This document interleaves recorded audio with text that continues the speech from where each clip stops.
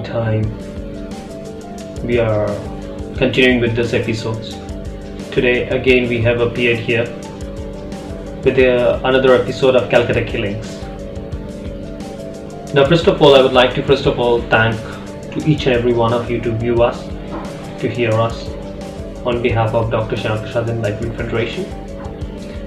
Today we are going to talk about the serious episode of Dr. Shyama Prasad Mukherjee's life, that was the Calcutta Killings. Direct Action Day, 16th of August 1946, also known as the 1946 Calcutta Killings, was a day of widespread communal rioting announced by Jinnah that incited violence between Muslims and Hindus in the city of Calcutta in the Bengal province of British India. The day also marked the start of what is known as the Week of the Long Knives. So what exactly happened at that point of time? I'm going to go and discuss that today.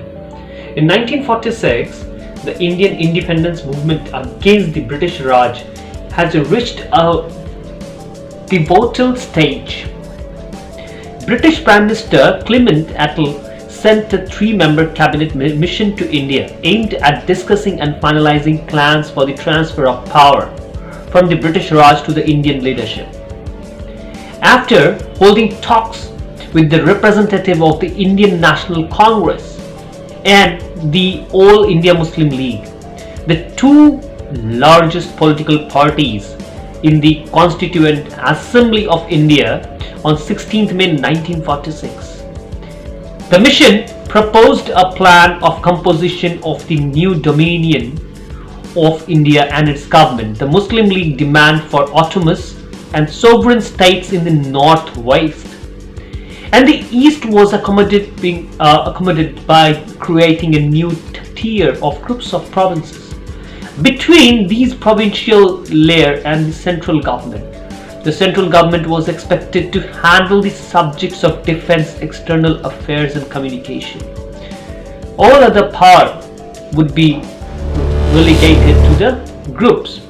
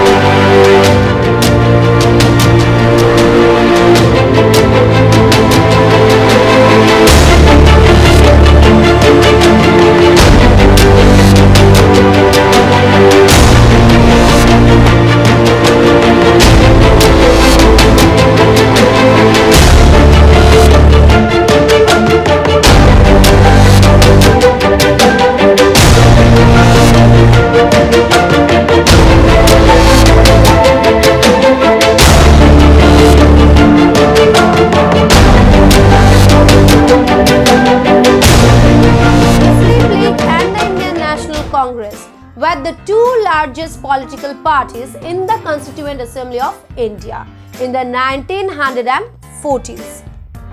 The Muslim League had demanded since its 1940 Lahore resolution that the Muslim majority areas of India in the northwest and the east should be constituted as independent states. The 1946 Cabinet Mission to India for planning of the transfer of power from the British Raj to the Indian leadership proposed a three-tiered structure: a center, groups of provinces and provinces. The groups of provinces now were meant to accommodate the Muslim League demand. Both the Muslim League and Congress in principle accepted the cabinet mission's plan. However, Muslim League suspected that Congress acceptance was insincere. Now, what exactly happened after that? So, Muhammad Ali Jinnah, the one-time congressman and now the leader of the Muslim League, had accepted the cabinet mission plan of 16 June as had a central presidium of the Congress on 10th July. However, Jawaharlal Nehru the Congress president held a press conference in Bombay declaring that although the Congress had agreed to participate in the Constituent Assembly, it reserved the right to modify the cabinet mission plan as it saw fit. Fearing Hindu domination in the central government, the Muslim League politician pressed Jinnah to revert to his earlier unbending stance. Jinnah rejected the British cabinet mission plan for transfer of power to an interim government which could combine both the Muslim League and the Indian National Congress, and decided to boycott the Constituent Assembly. In July 1946, Jinnah held a press conference at his home in Bombay. He proclaimed that the Muslim League was preparing to launch a struggle and that they have chalked out a plan. He said that if the Muslims were not granted a separate Pakistan, then they would launch direct action. When asked to be specific, Jinnah retorted, "Go to Congress and ask them their plans. When they take you into their confidence, I'll take you into mine. Why do you expect me alone to sit with folded hands? I'm also going to make trouble."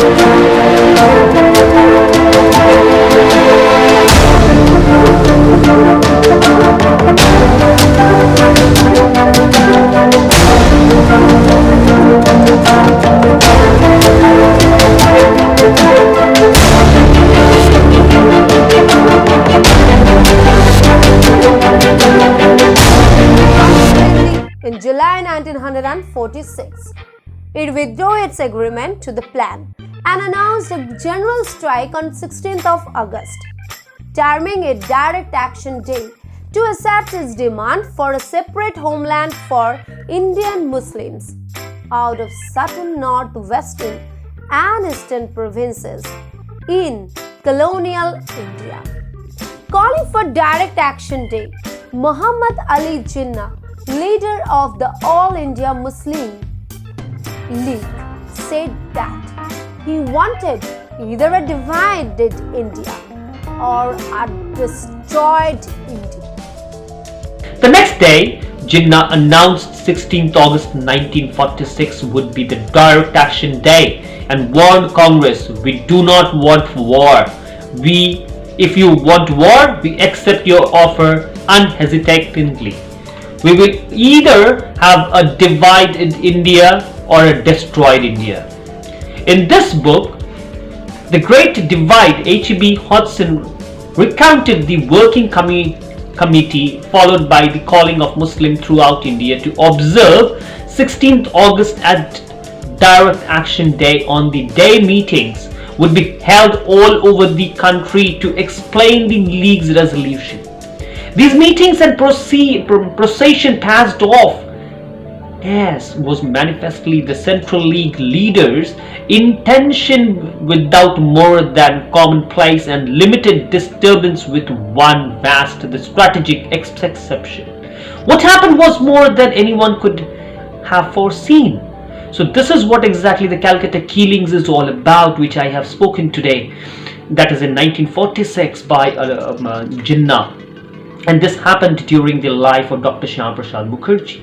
Against a backdrop of communal tension, the protest triggered massive riots in Calcutta.